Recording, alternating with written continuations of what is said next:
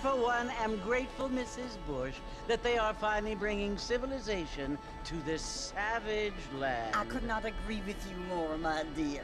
My daddy settled this land, and I know he'll be looking down on us, pleased at how we help the natives. Yes, they've lost their land, but they've gained access to heaven.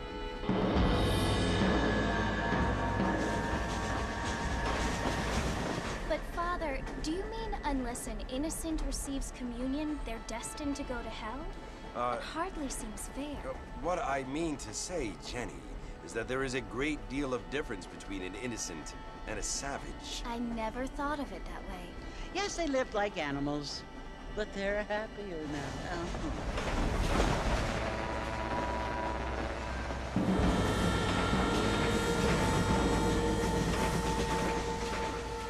Not only do people now have motor cars, Father, but I heard that pretty soon we will be able to fly. No, only angels can fly, Jenny.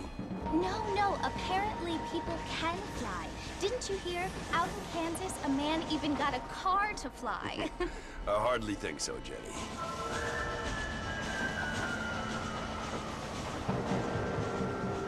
Apparently, Mr. Johns wants to run for governor, which is why he's so concerned with cleaning up the state. Nate Johns.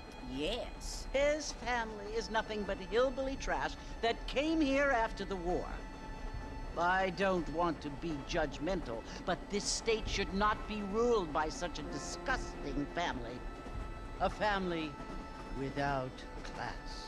Apparently, the Johns family have made a lot of money, and he has a lot of friends in politics. Mrs. Bush, money isn't everything. There are many things that money cannot buy. It seems that money can buy voters, though.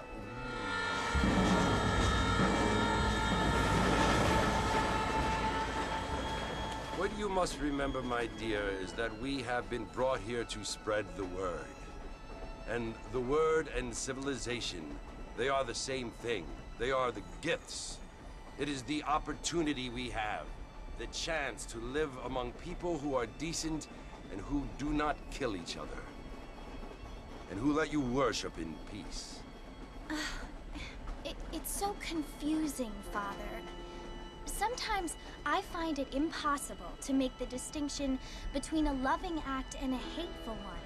I mean, they often seem to be the same thing. Yes, Jenny, it is confusing. But you only have to ask me if you need help. Indeed. Well, here we are, Mrs. Bush. Armadillo.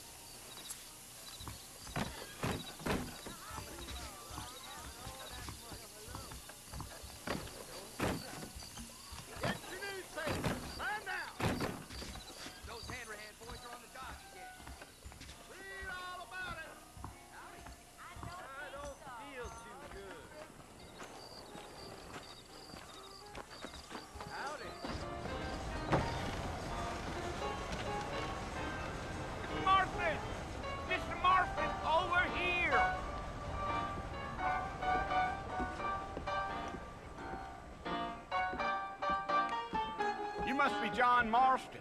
Sometimes. I'm Jake. Your friends from Blackwater hired me to guide you. They ain't my friends, but pleased to meet you, Jake. I got the horses saddled up and ready out front.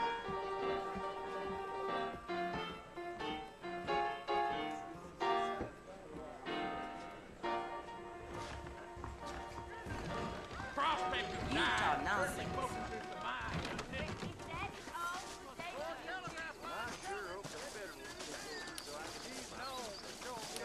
Well, here, let's mount up and hit the trail. Yes, sir. When I'm in office, they'll Take it slow on the way out of town. No need to kick up a lot of dust. Ain't no time to be stretching your legs, mister. We gotta get to the fort. Hello there.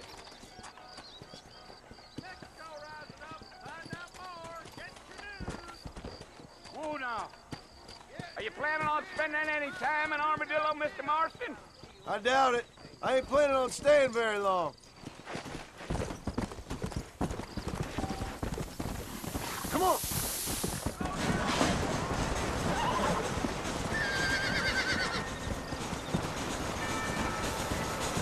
Whoa there!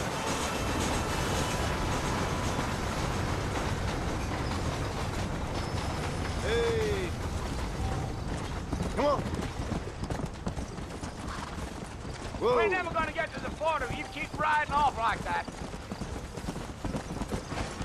You don't look much like no Blackwater fella. That's because I ain't. If I'm being honest, I don't care much for those highfalutin big city types. Not much at all.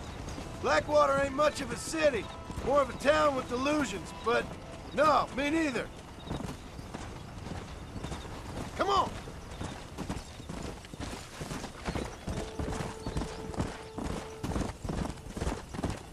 Slow down!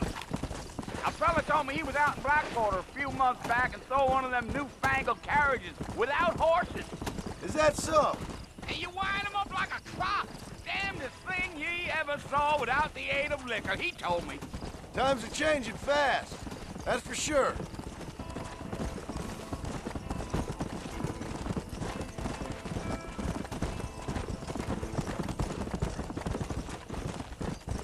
So who's this friend you're looking for? Nobody you need to concern yourself with. Never you mind all my questions, Mr. Marston. I just reckon you might be barking at a knot heading for the fort. We'll see when we get there. Well, I sure as hell ain't sticking around. Fort Mercer ain't no place for an old man like me to be a dawdling around.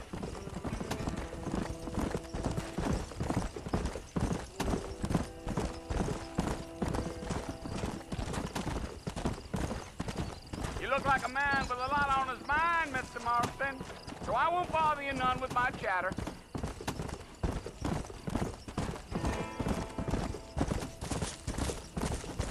Yup.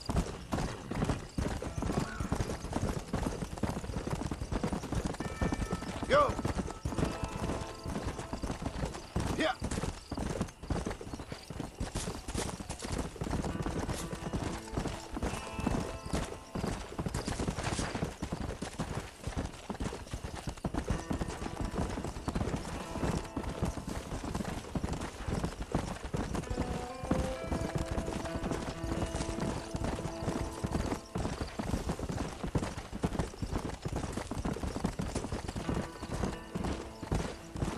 I'll tell you, Mr. Marston, those coyotes eat better than I do.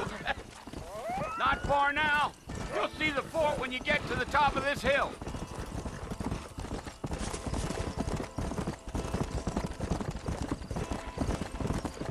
Whoa! Whoa! Listen, mister. This here is what's left of Fort Mercer. Some gang rode in and took the place over. So I understand. This is where we part ways, friend. You have yourself a good time.